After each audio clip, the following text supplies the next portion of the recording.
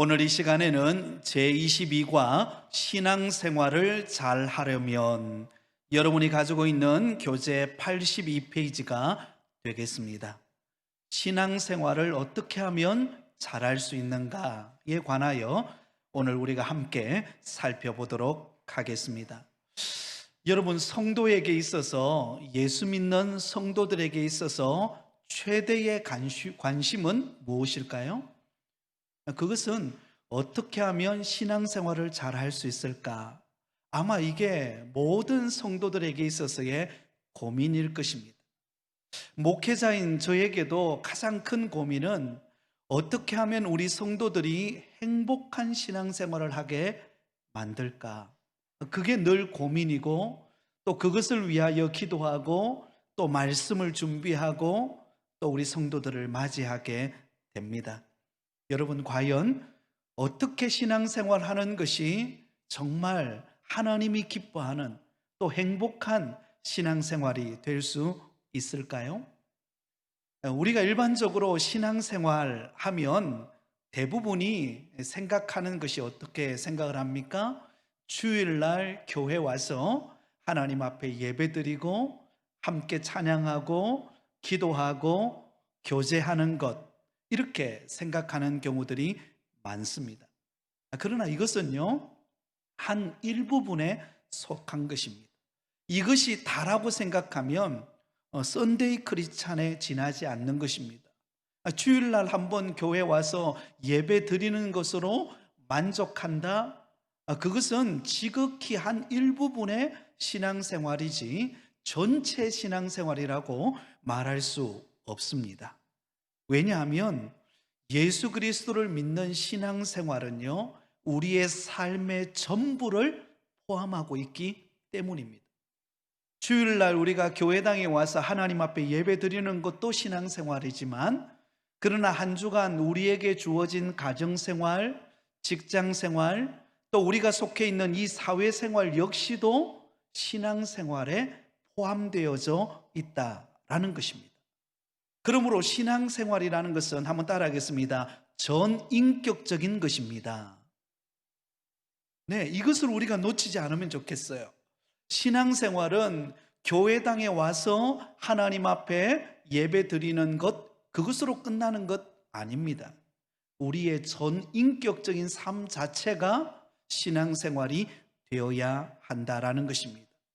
그래서 여러분, 신앙생활이란 말을 잘못 이해해가지고 어떤 사람은 극단적인 방향으로 나가는 사람들이 있는 것을 볼 수가 있습니다. 예를 든다면, 가정과 직장 생활을 등한시하고 날마다 교회만 드나드는 사람, 여러분 어떨까요? 가정생활, 직장생활, 내가 속해 있는 사회생활은 등한시 여기고 그냥 교회당에 와서 주구장창 그냥 교회에 와서 있고 교회에서 그냥 예배 드리는 것, 그것으로만 만족하는 신앙생활은요, 그것은 건전한 신앙생활이 아닙니다. 또 반대로 부흥 집회나 기도원에 가서 열심히 쫓아다니면서 뭐 집안일은 돌보지도 않고, 그리고 교회 생활에 대해서도 그렇게 소중히 여기지 않고 은혜 받는 것에 집중해 가지고 기도원을 다니고 부흥 집회 쫓아다니는 것, 그것도 정상적인 신앙생활이라고 말할 수가 없습니다. 정상적인 신앙생활은요, 전인격적인 삶을 말합니다. 교회당에 와서 예배 드리는 것뿐만 아니라 우리의 가정생활, 직장생활, 사회생활, 이 모든 것을 다 포함하고 있습니다. 그래서 거기 보면 이렇게 기록이 되어 있습니다. 하나님이 기뻐하시는 신앙생활은 자신의 삶 전부를 하나님이 기뻐하시는 제물로 드리는 것입니다. 거기에다 줄을 끊어오시기 바랍니다. 굉장히 중요한 말입니다. 하나님이 기뻐하시는 신앙생활은 어떤 삶이라고요? 자신의 삶 전부를 하나님이 기뻐하시는 제물로 드리는 것입니다.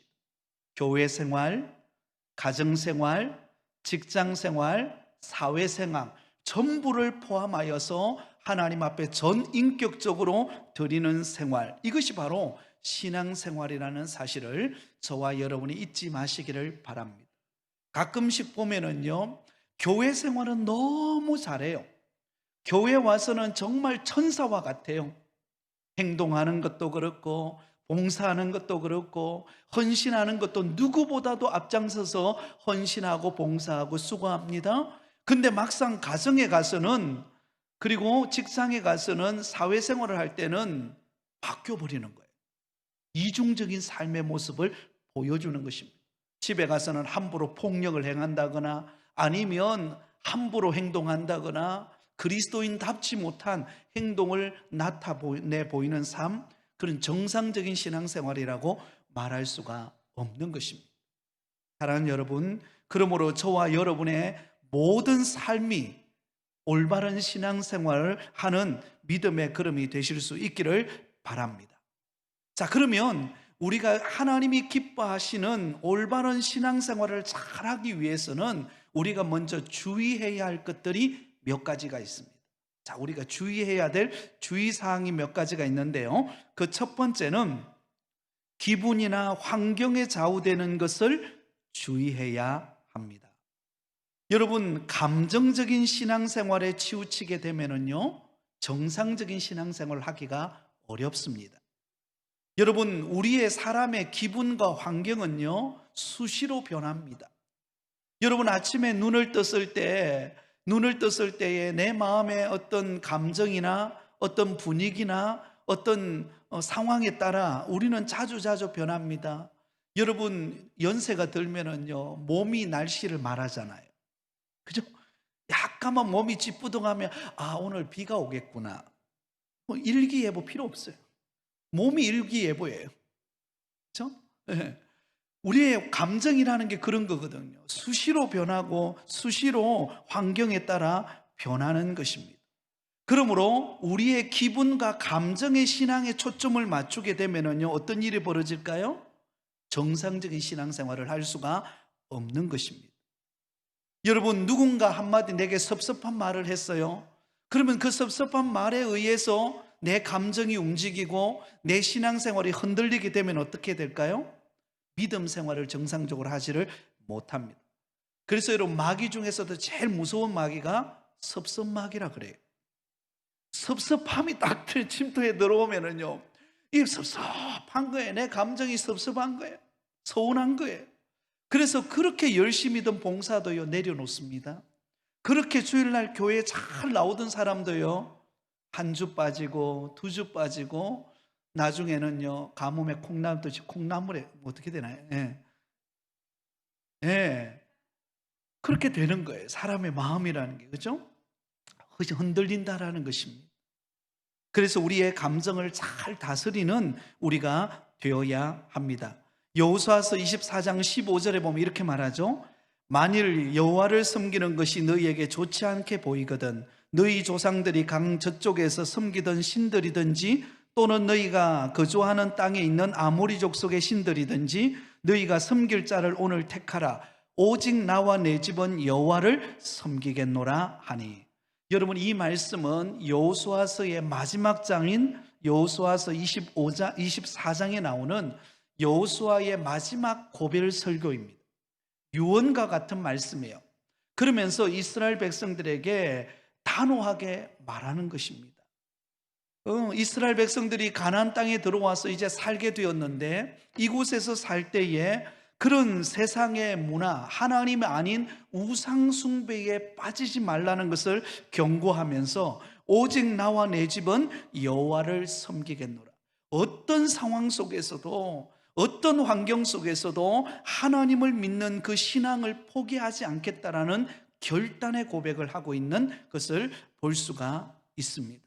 사랑하는 여러분, 우리의 신앙생활이 우리의 기분에 따라, 우리의 환경에 따라 좌우되어지지 않도록 하나님의 말씀의 기반 위에 굳게 서는 믿음의 성도가 되실 수 있기를 바랍니다.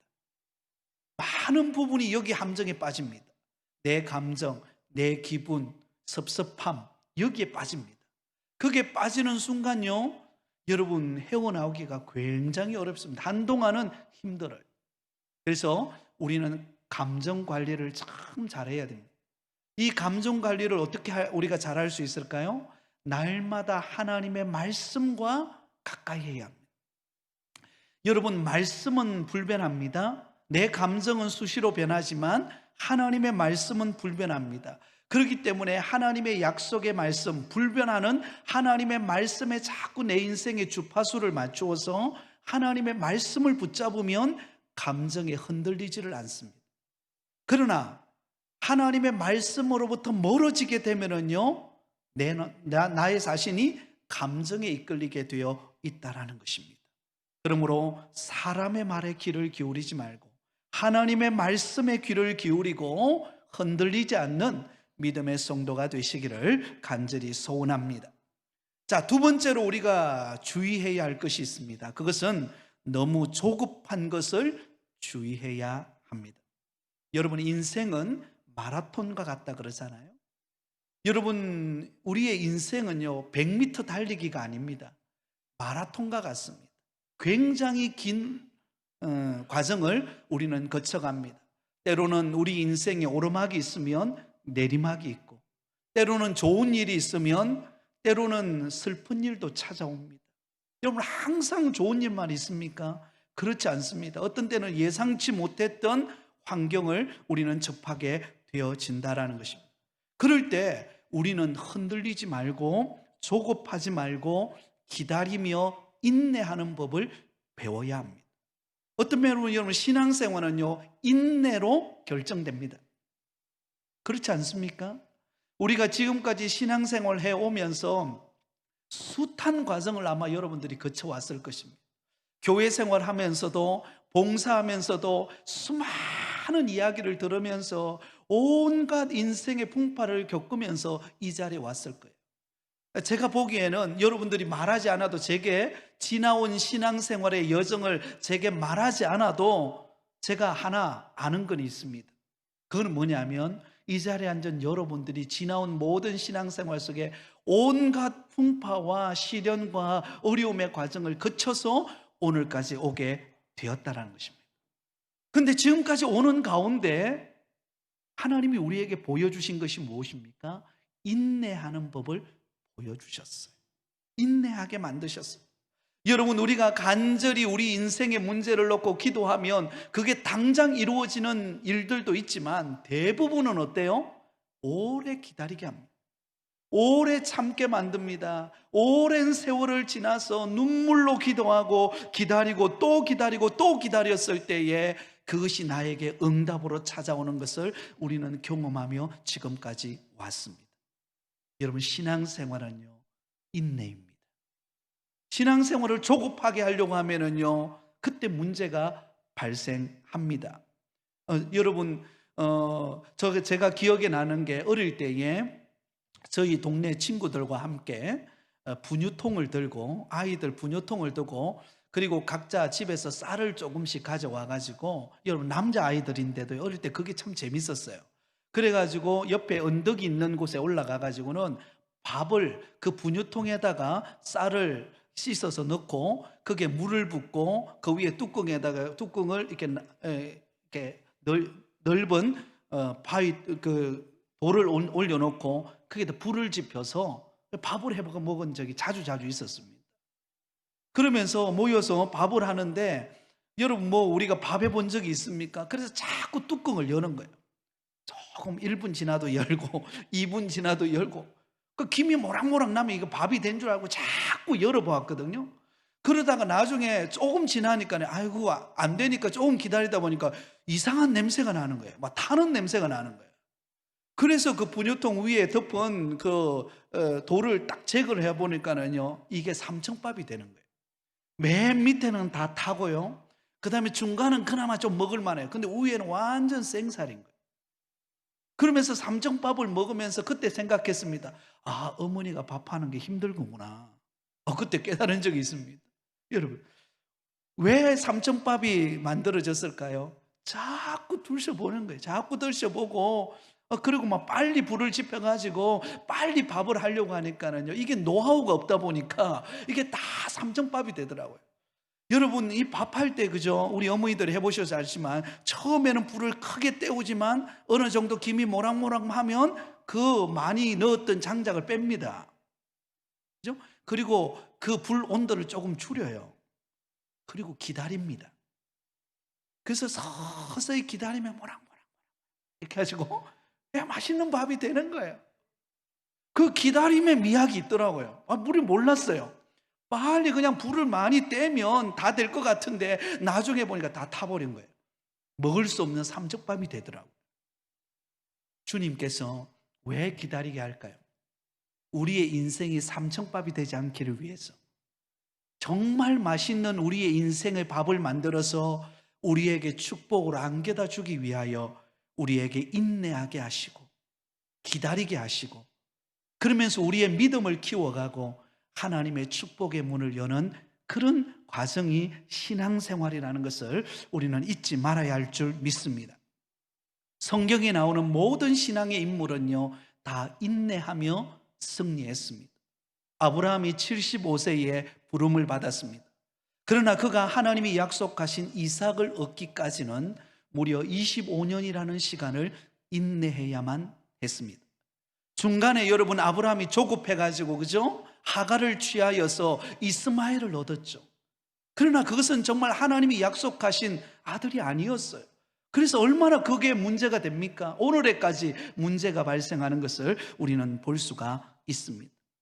야곱이 라반의 집에 가서 그곳에서 아내를 취하기까지, 그리고 그 이후에 그가 성공하여 돌아오기까지 무려 20년이라는 세월 동안 하나님은 야곱을 연단시키고 훈련시키고 축복의 사람으로 만들어가는 것을 볼 수가 있습니다.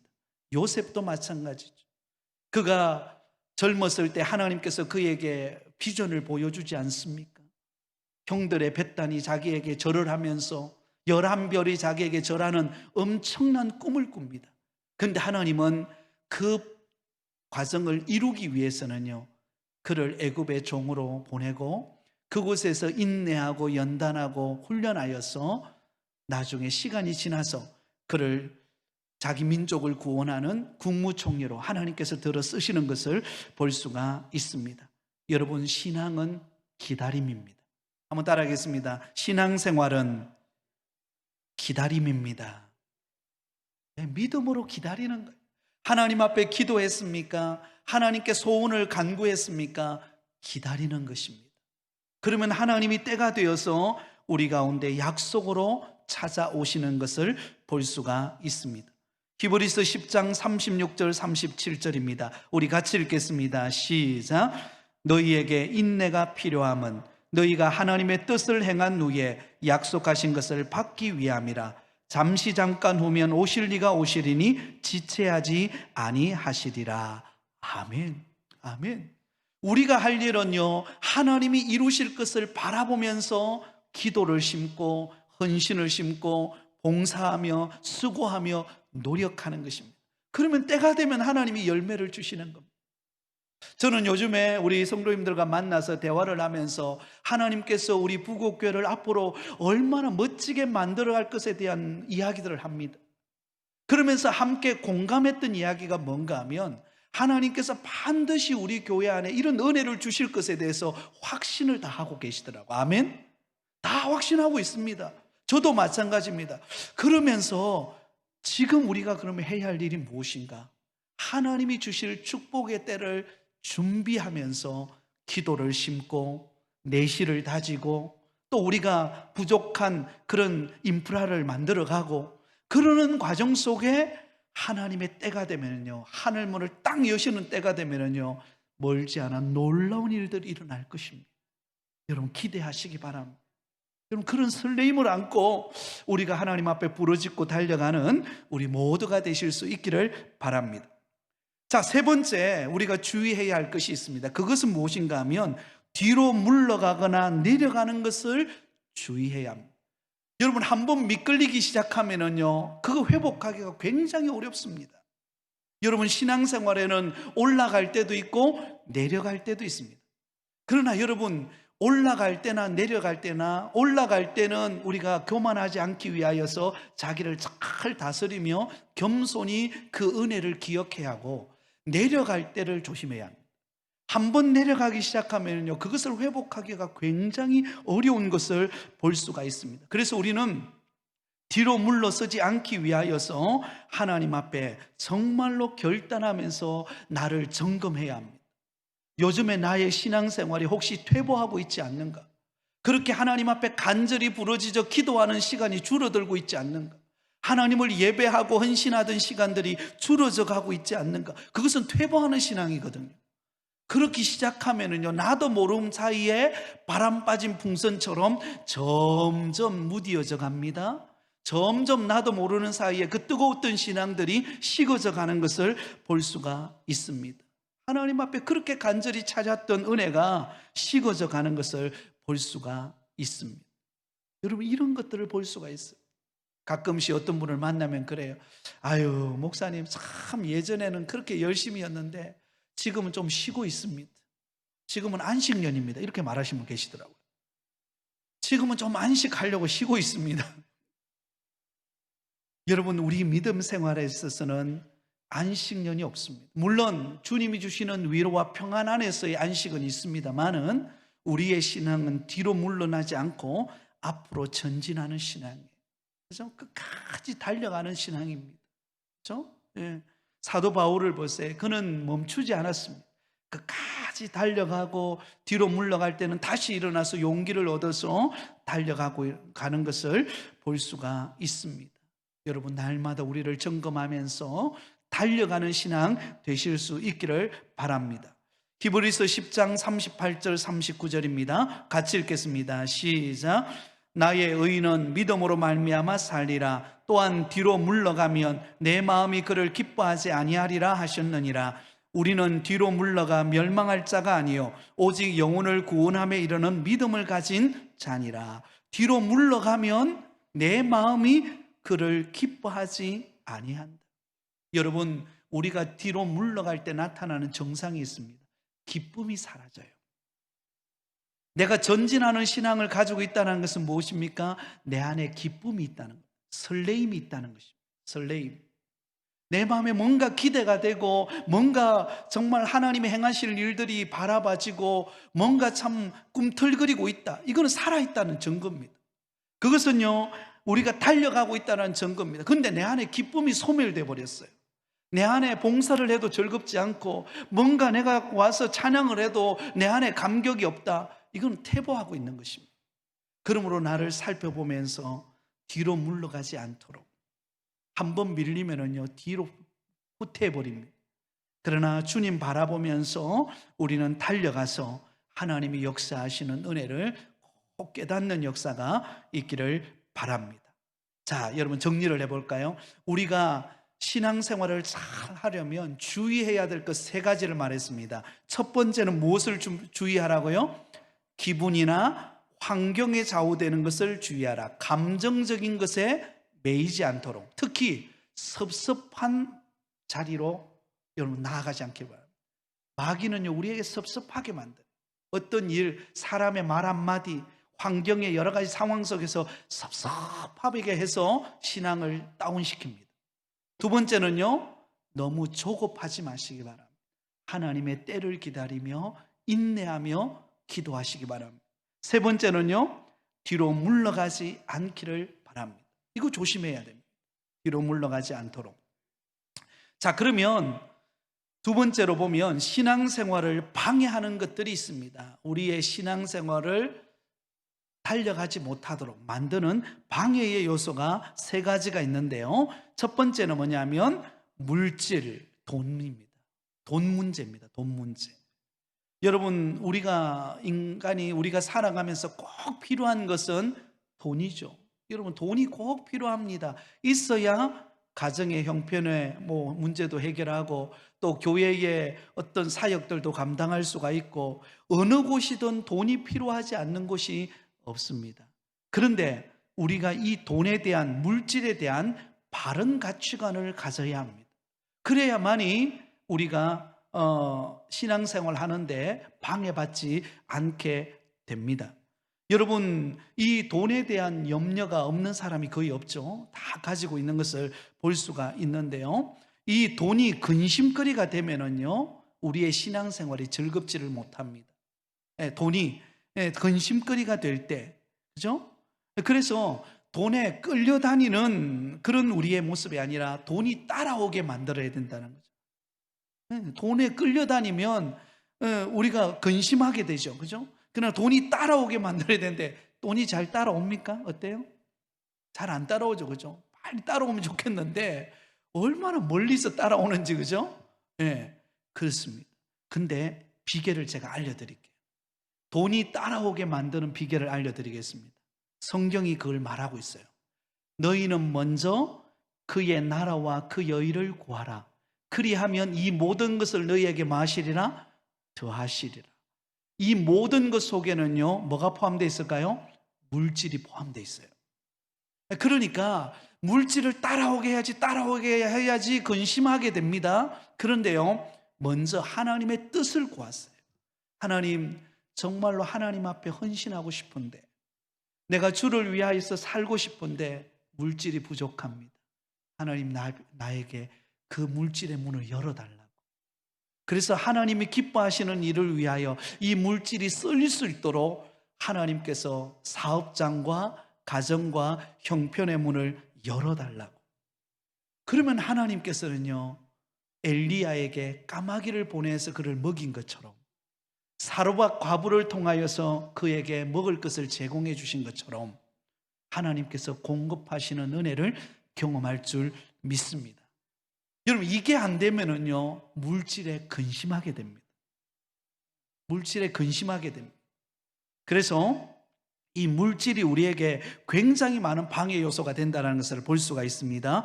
디모데전서 6장 10절을 같이 읽겠습니다. 시작.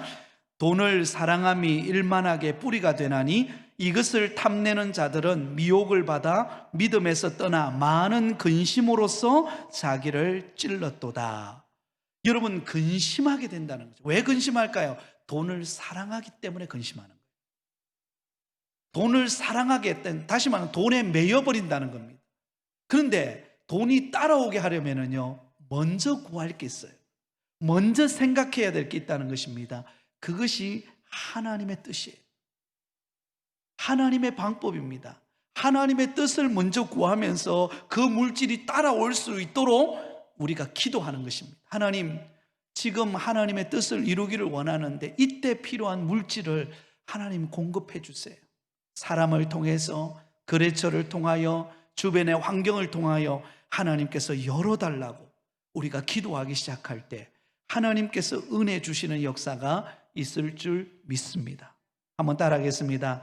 돈에 끌려다니지 말고 돈이 따라오게 하자. 네, 돈이 따라올 수 있도록 먼저 하나님의 나라와 의를 구하는 저와 여러분이 되실 수 있기를 바랍니다. 자, 두 번째는 시험입니다. 시험. 우리에게는 여러 가지 시험이 찾아옵니다. 예수님도 공생애를 시작하려고 하실 때에 마귀에게 시험을 받으시죠. 40일 동안 금식하시고 난 다음에 세 가지 시험을 받는 것을 볼 수가 있습니다. 그래서 예수님은 말씀으로 그 시험을 물리치셨던 것을 볼 수가 있습니다. 근데 우리도 마찬가지입니다. 신앙생활을 잘 하려고 하면은요, 반드시 시험이 찾아옵니다. 믿지 않는 가족들이 우리를 비난하고 핍박하고 온갖 여러 가지 상황들을 통하여서 믿음 생활하지 못하도록 만드는 것을 볼 수가 있습니다. 그 시험입니다. 직장도 마찬가지입니다. 예수 믿는 것 때문에 직장 생활에 어려움이 찾아오기도 합니다. 심지어는 여러분, 교회 내에서도 시험거리가 찾아올 때가 있습니다. 때로는 다른 사람이 툭 던진 그 말 한마디가 나에게 시험거리가 될 때가 있습니다. 나는 정말 열심히 봉사하고 순수한 마음으로 헌신했는데 들려오는 이야기는 전혀 다른 이야기로 내게 들려올 때, 그때 여러분 우리가 속상하잖아요. 시험거리입니다. 그러나 그때 우리가 시험을 참는 자가 복이 있다고 한 것처럼 이때 우리가 믿음으로 그 시험을 견디어내는 성도가 되어야 할 줄 믿습니다. 그래서 여러분, 신앙생활에는 반드시 시험거리가 찾아옵니다. 믿음 생활 좀 잘해보려면 시험거리가 찾아와요. 최근에 우리 교회 한 성도님이 계시는데 그분이 이번에 세례를 받아야 될 분이에요. 잘 나오다가 세례 받으려고 딱 하니까 가정에 어떤 어려움이 생겼어요. 그래서 목사님 당분간 좀 쉬겠습니다 그러시더라고요. 시험거리가 찾아온 거예요. 이걸 이겨내야 되는데 아직 그걸 이겨낼 만한 아직 믿음이 부족한 거죠. 그래서 기도하고 있습니다. 하나님, 그 성도님의 마음에 새로운 은혜를 주셔서 그 시험을 이겨낼 수 있게 해달라고, 마귀가 세례 못 받도록 그렇게 만드는 걸 보면 참 안타까움을 느껴본 적이 있습니다. 사랑하는 여러분, 우리가 큰 일을 하려면, 또 교회에 여러분이 직분을 받으려고 하려면 반드시 그 앞에 뭐가 찾아올까요? 시험거리가 옵니다. 그래서 여러분, 시험에 들지 않도록 어떻게 해야 될까요? 기도하셔야 됩니다. 기도하셔야 돼요. 우리 교회는 내년에 4월 달에 중직자 선거를 준비하고 있습니다. 그래서 저는 지금부터 기도하고 있습니다. 하나님, 이번에 우리 중직자 선거가 4월 달에 있는데 정말 하나님께서 신실한 인물들을 많이 세워주셔서 우리 교회가 힘있게 주의 사역을 감당하게 하여 주시옵소서. 한 사람도 시험 들거나 또 어려움 당하지 않도록 하나님께서 여건과 환경을 열어달라고 지금 기도하고 있습니다. 여러분들도 기도해 주시기 바랍니다. 그래서 은혜로운 우리가 일꾼들을 세워서 하나님의 위대한 일을 감당할 수 있도록 여러분 기도해 주시기를 바랍니다. 언제나 복을 주시기 전에는 시험이 찾아옵니다. 시험이 반드시 있습니다. 어떤 사람은 육신의 질병을 통하여 시험이 찾아옵니다. 어떤 사람은 물질의 궁핍함으로 시험이 찾아옵니다. 어떤 사람은요, 자녀들을 통하여, 예전에는 안 그랬는데 갑자기 자녀가 막 때로는 막 예상치 못한 문제가 발생해가지고요, 그것이 시험거리가 될 때가 있습니다. 그때 우리는 어떻게 생각해야 될 거예요? 아, 하나님이 우리에게 복을 주시기 전에 주시는 시험이구나. 그죠? 그것을 인식하고 기도함으로 그것을 인내하고 극복해 나시기를 바랍니다. 그리고 나면 하나님이 그 모든 시험거리가 나중에는 복으로 우리에게 찾아오게 될 것입니다. 자, 그게 약속의 말씀이 있죠. 야고보서 1장 12절 우리 같이 한번 읽겠습니다. 시작. 시험을 참는 자는 복이 있나니 이는 시련을 견디어낸 자가 주께서 자기를 사랑하는 자들에게 약속하신 생명의 면류관을 얻을 것이기 때문이라. 시험을 어떻게 하는 사람이 복이 있다고요?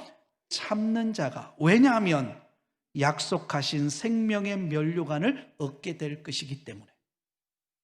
여러분, 그래서 시험이 오면은요, 우리는 두려워할 게 아니라 어떻게 생각해야 돼요? 아, 하나님이 우리 가정에 주실 축복이 있구나, 이렇게 바꿔서 생각하셔야 돼요. 여러분, 하나님께서 아브라함에게 독자 이삭을 주시고 모리아 산에 가서 번제로 드리라 할 때 큰 시험이죠. 근데 아브라함은 믿음으로 취했어요. 하나님이 우리 가정에 복을 주시겠구나, 이 아들을 하나님께서 붙드시고 살리셔서 놀라운 일을 이루시겠구나 믿었습니다. 믿음을 가지고 새벽에 일찍 일어나서 그 이삭을 데리고 갑니다. 근데 무슨 일이 일어나죠? 여호와 이레, 하나님께서 미리 준비시키셔서 순양을 준비해서 축복해 주십니다. 여러분, 이 시험을 딱 이기고 난 다음에 하나님이 어떤 일을 하기 시작하시는가 하면요, 아브라함에게 복을 쏟아부어 주십니다. 그리고 그 이삭에게 하나님의 복을 주세요. 그래서 흉년의 때에 이삭이 100배의 복을 받습니다. 여러분, 그 일이 언제 이루어지느냐, 그 갈림길이 언제였느냐, 바로 아브라함이 이삭을 하나님 앞에 드리는 이 시험을 통과할 때 하나님이 예비하신 복이 쏟아지기 시작했다는 것입니다. 여러분, 그러므로 우리 가정에 지금 찾아온 시험, 어려움, 환난, 그것은 변장된 축복입니다. 하나님이 반드시 예비하신 은혜가 있습니다. 그러므로 우리가 참고 인내하고 도리어 그것을 주실 것을 기대하고 기도로 참아내고 인내하면 하나님이 우리에게 주시는 은혜가, 열매가 반드시 있을 줄 믿습니다. 그것을 바라보시기 바랍니다. 자, 세 번째 방해 요소가 있습니다. 게으름입니다. 게으름. 여러분, 신앙생활을 잘 하려면 무엇을 품어야 된다고요? 열심에다가 동그라미를 쳐놓으시기 바랍니다. 여러분, 신앙생활에는요, 열심이 있어야 됩니다. 열심. 이 열심은 믿음의 열심이고 복음의 열정인 것입니다. 여러분, 사람은 참 이상한 심리가 있습니다. 사람은 이렇게 서 있다가 있잖아요, 그죠? 의자에 딱 앉는 순간 어떤 마음이 들까요? 아, 눕고 싶다라는 생각이 들어요. 여러분들은 다 믿음이 좋아가지고 의자에 앉으면 그냥 앉아 있을 것 같은데, 그죠? 저는 안 그렇더라고요. 딱 의자에 좀 앉아 있으면 좀 시간 지나면 편안한 침대에 좀 눕고 싶다라는 생각이 들어요. 그럼 침대에 딱 누워 있으면 어떻게 해요? 자고 싶다는 생각이 들어요. 이게 인간의 본성입니다. 여러분, 우리가 게으르기 시작하면은요, 한없이 게을러집니다. 한 주 교회 안 나오면은요, 한 주 교회 안 나면 좀 양심에 찔려요. 이 교회 안 가면 큰일 날 것 같아요. 근데 2주째 교회 안 와보세요. 어떤 마음이 드는지 아십니까? 안 가도 별일 없네, 이 생각 딱 들거든요. 셋째 주 아예 딱 안 나와버리면요, 아무 일이 없거든요. 이제 잘 됐구나, 그런 생각이 들어요. 양심의 가책이 안 느껴져요. 그 교회 나오나 안 나오나 이게 무감격해져 버립니다. 그죠? 이렇게 신앙이 떨어지는 것입니다. 여러분, 신앙에는 열심이 있어야 합니다. 부지런히 주님의 은혜를 사모하고 달려나오고 믿음의 자리로 달려와야 합니다. 오늘 저희 아들이 자대 배치가 어딘가가 알려졌어요. 제1포백여단이라고 하는 곳에 배치를 받게 됩니다. 고양시 파주 그 경계선에 있는 그쪽이에요. 근데 여러분, 우리 아들은 이렇게 조리병이기 때문에 요리만 합니다. 아침에 일어나서 요리하고, 점심 때도 요리하고, 좀 쉬었다가 저녁에도 요리합니다. 그런데 그 포병들을 보면은요, 포병은 굉장히 자주포라고 해가지고 우리나라에서 만든 앞이 긴 자주포가 있거든요. 그 자주포를 딱 쏘고 난 다음에는요, 뭘 하느냐면 반드시 그 자주포를 정비를 해야 합니다. 깨끗하게 정비를 해야 돼요. 근데 이 정비하는 시간이 굉장히 오래 걸립니다. 그리고 정비해 놓고 난 다음에 또 하루가 지나고 나면 또 정비합니다. 만약에 여러분, 군인이 장비를 정비하지 않으면 어떤 일이 벌어질까요? 그 장비가 녹을 씁니다.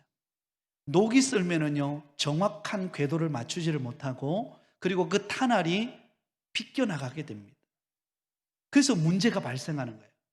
그래서 반드시 군인은 이 자기가 가지고 있는 무기, 장비를 반드시 갈고 닦고 정말 먼지 하나 묻지 않도록 기름칠을 하고, 그렇게 딱 준비되어 있어, 세팅되어 있어야 언제 어디 상황에서 비상벨이 울려도 나가서 전쟁할 수 있을 태비가 되어 있을 정도로 준비가 되어 있어야 합니다.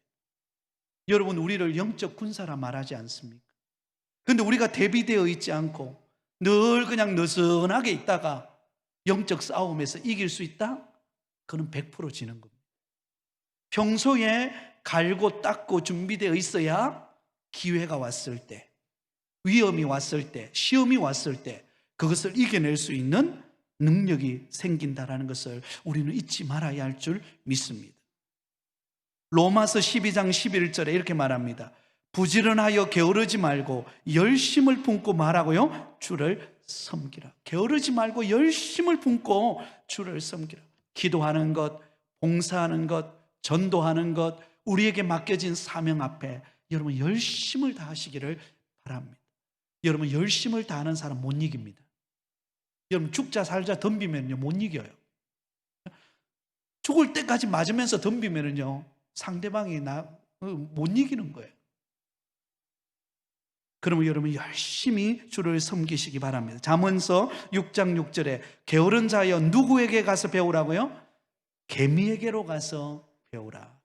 개미를 연구해 보면 얼마나 열심히 다니는지 모릅니다. 어깨에 뭔가 짐을 지고, 그죠? 달려다니는 그 줄을 서가지고 쫙 달려가는 그 개미떼를 보면은요, 참 지혜를 배울 수가 있습니다.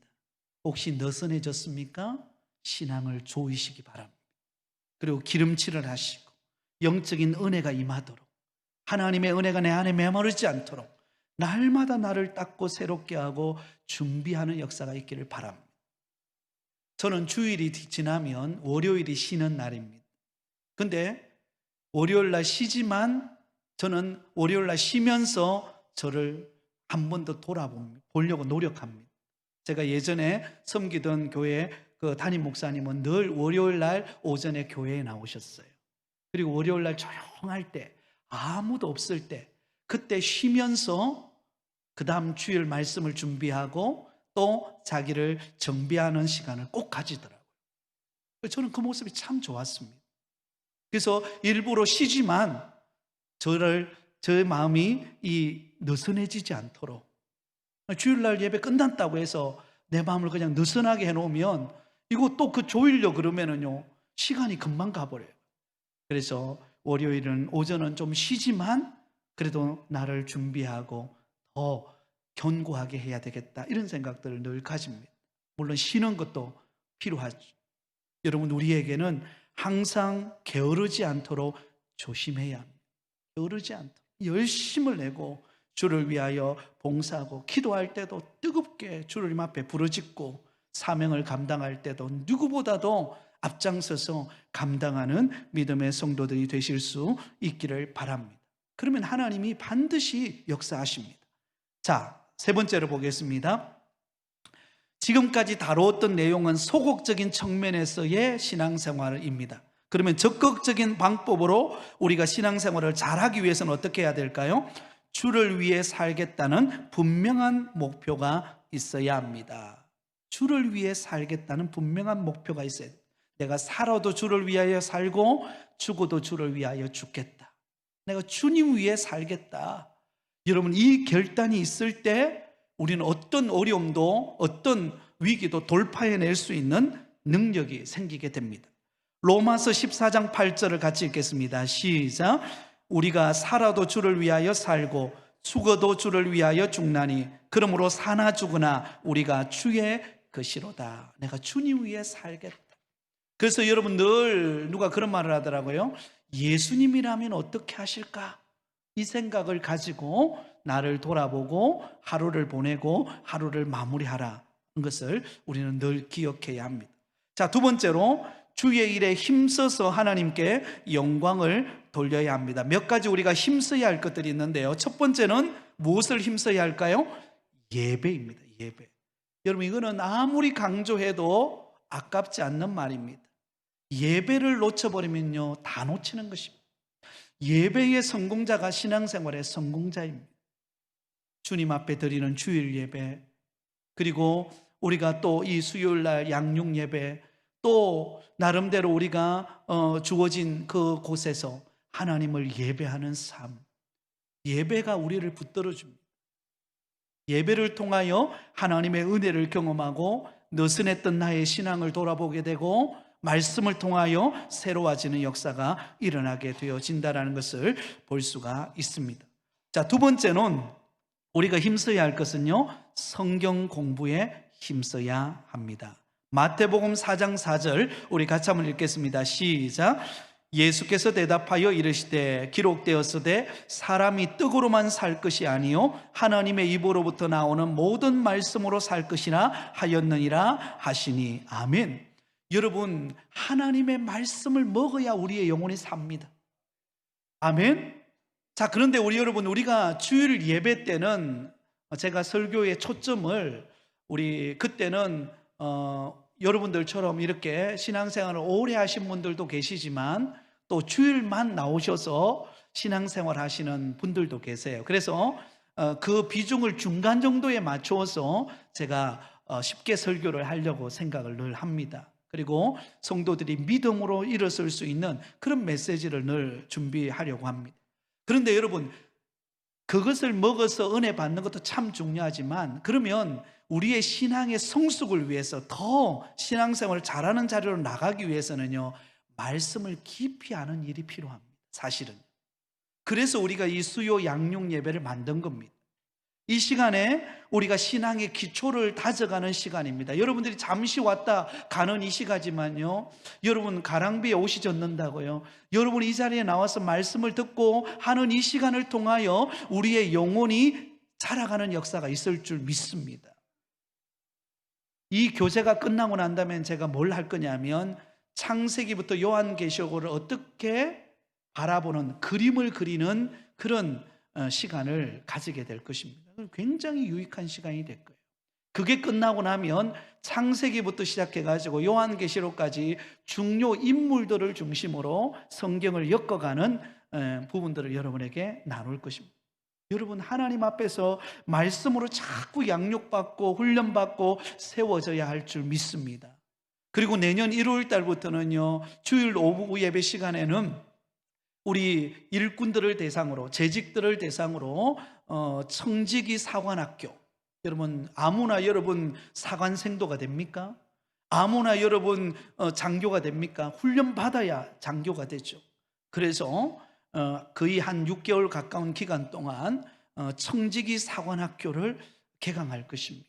그래서 등록하게 만들 거고, 그 다음에 과제가 있을 것이고, 그러면서 철저하게 훈련받고 나중에 수료식도 하나님의 은혜 쪽에 진짜 장교처럼 그렇게 수료식도 할 겁니다. 그러면서 우리의 신앙의 수준을 자꾸만 업그레이드 해 나가야 하는 것입니다.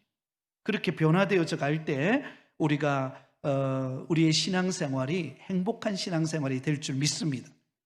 자, 세 번째 우리가 힘써야 할 게 있습니다. 기도에 힘써야 합니다.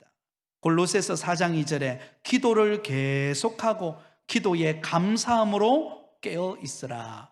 자, 여러분, 기도를 어떻게 하라고요? 계속해야 한다. 어떤 사람은요, 중요한 일이 있을 때만 기도하는 분이 계세요. 물론 그 기도도 중요한 기도죠. 그러나 여러분, 평소 때 어떻게 기도하느냐가 참 중요합니다. 평소에 기도해 놓은 그 기도의 그 근육이요, 위기를 극복해냅니다. 그래서 평소에 여러분 기도하는 습관을 가지실 수 있기를 바랍니다. 여러분, 새벽 기도의 시간들도 소중한 시간입니다. 새벽을 깨워서 기도하시고, 여러 가지 상황들로 어렵다면 가정에서, 직장에서, 일터에서 기도함으로 깨어 있을 때, 기도할 때 우리의 신앙은 자라가게 되어 있다라는 것입니다. 네 번째, 성도의 교제를 힘써야 합니다. 여러분, 교회 공동체는 교제하는, 주님 안에서 교제하는 공동체입니다.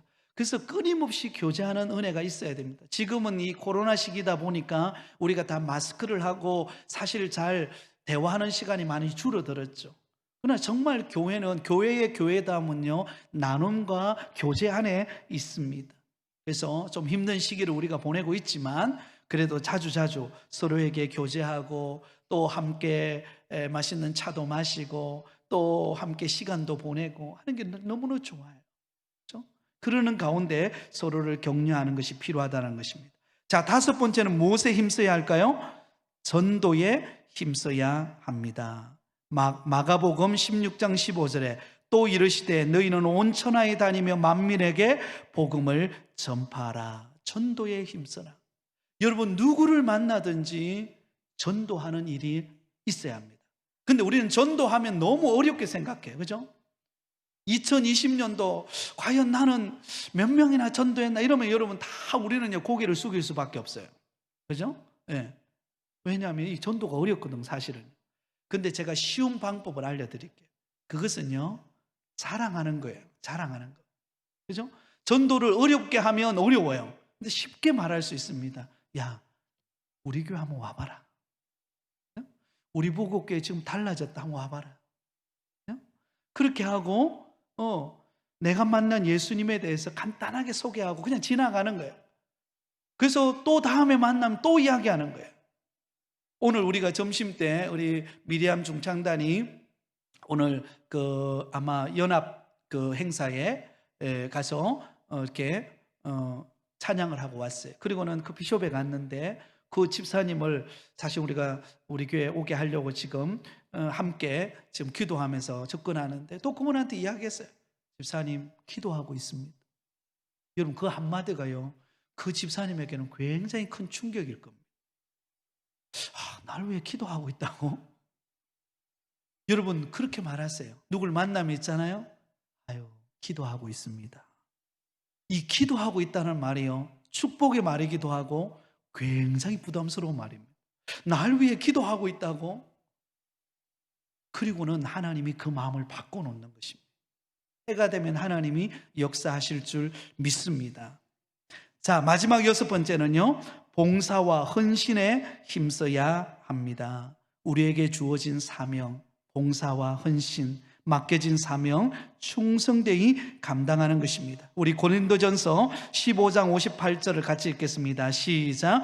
그러므로 내 사랑하는 형제들아, 견실하며 흔들리지 말고 항상 주의 일에 더욱 힘쓰는 자들이 되라. 이는 너희 수고가 주 안에서 헛되지 않은 줄 알미라. 주의 일에 더욱 힘쓰는 자들이 되라.